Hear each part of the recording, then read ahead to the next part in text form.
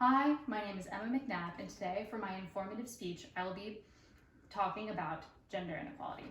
Here in our audience, live in person, we have my parents, Allison and David Sonye, and then via Zoom, joining us, we have my grandparents, Linda and Dennis Jett, and a family friend, Rebecca Ryan.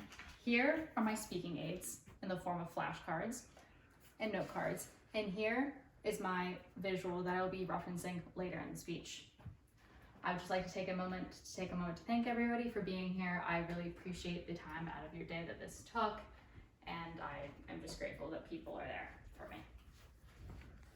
To begin, I would like to open this speech with a quote by former First Lady Michelle Obama, a Princeton University alumna and an inspiration to women and girls everywhere.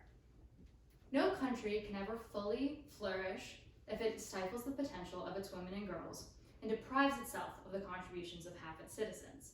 This quote perfectly encapsulates the central ethos of the speech I will be giving today, which is on the topic of gender inequality in the developed world. Despite the fact that predominantly westernized nations view themselves as beacons of cultural and civilization, those developed nations still have a long way to go in terms of achieving total gender equality. As of today, there is not a single country globally that has achieved full gender equality.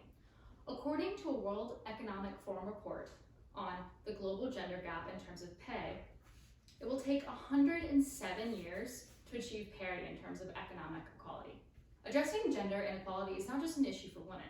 It is achieving gender equality and eliminating gender-based discrimination is beneficial for everyone across the board.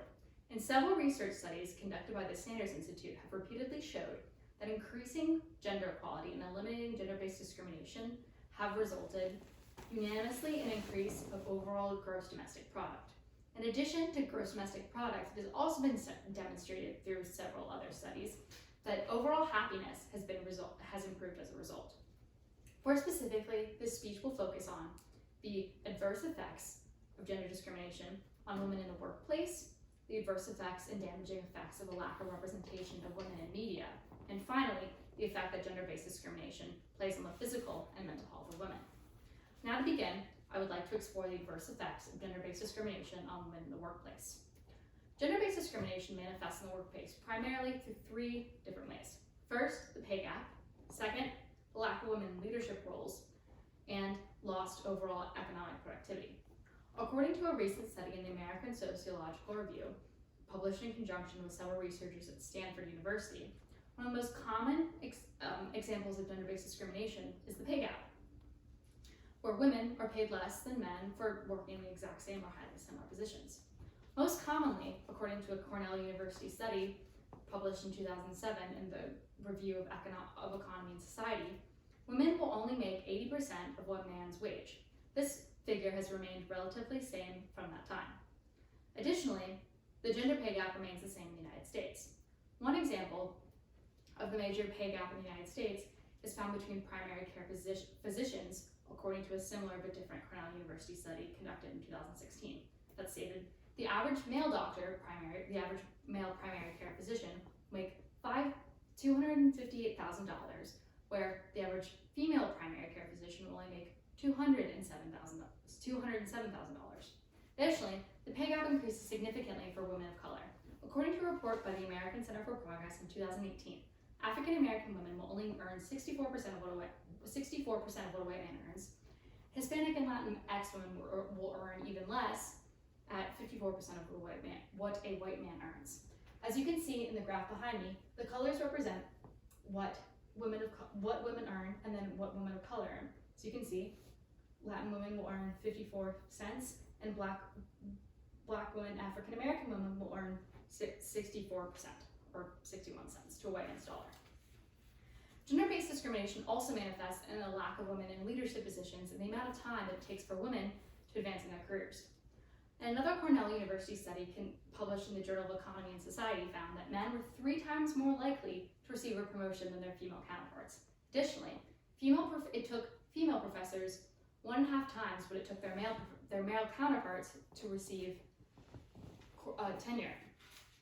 In the year 2019, the UN Facts and Figures on Economic Equality report found that only 6.6% or 34% of Fortune 500 CEOs were women.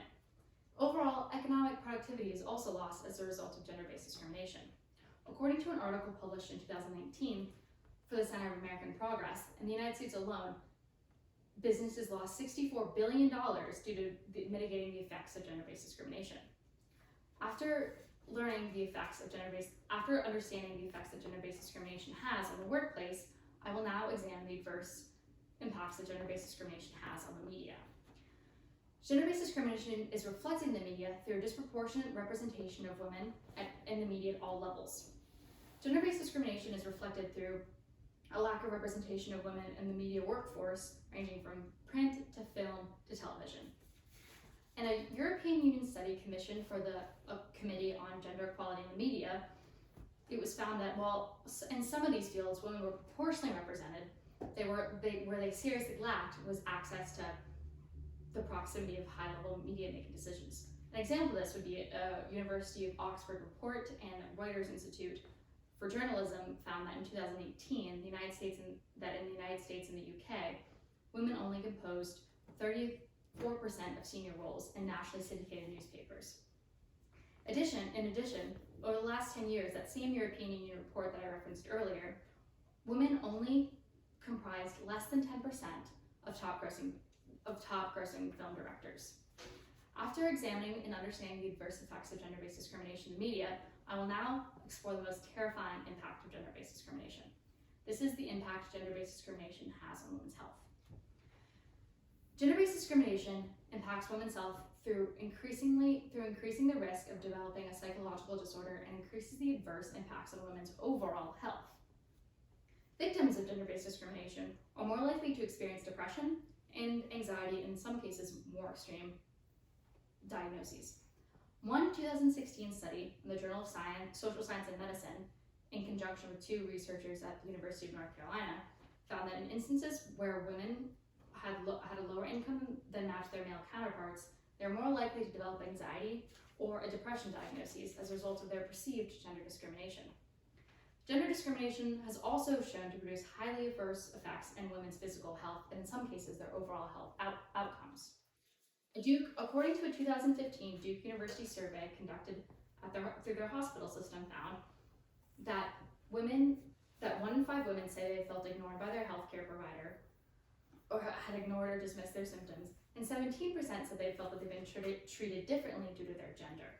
This more specifically was addressing the areas of pain management and cardiac care. And in some cases, this resulted in women experiencing poorer outcomes. Women who have been exposed repeatedly to the persistent events of gender discrimination are more likely to develop an eating disorder that can persistently impact their health throughout the course of their lifetime, as found in a 2015 study published in the journal Psychology by 2 Harvard and 1 Yale researchers. Experiencing everyday gender discrimination in the workplace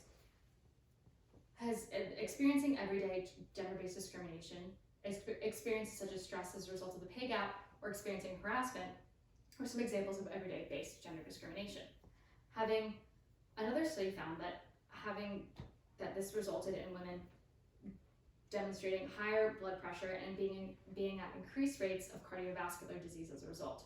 This phenomenon is statistically significant because it remains the same for women across all racial and ethnic backgrounds, as was found in a study in the Annals of Behavioral Medicine in 2018. Overall, there are a wide variety of health factors, ranging from psychological and physical, that impact women's health as a result of the exposure to gender-based discrimination. As outlined in this speech, women suffer greatly as a result of gender-based discrimination.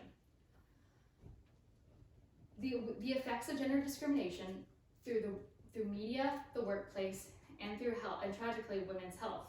It is essential that now more than ever, we as a society end gender-based discrimination and view it not only as just a women's issue, but as an issue that impacts everyone.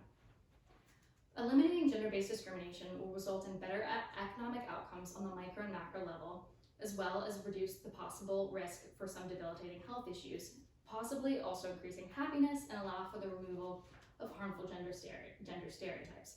As a collective, we as a society cannot progress unless equity remains a central focus moving forward. There are significant efforts being made to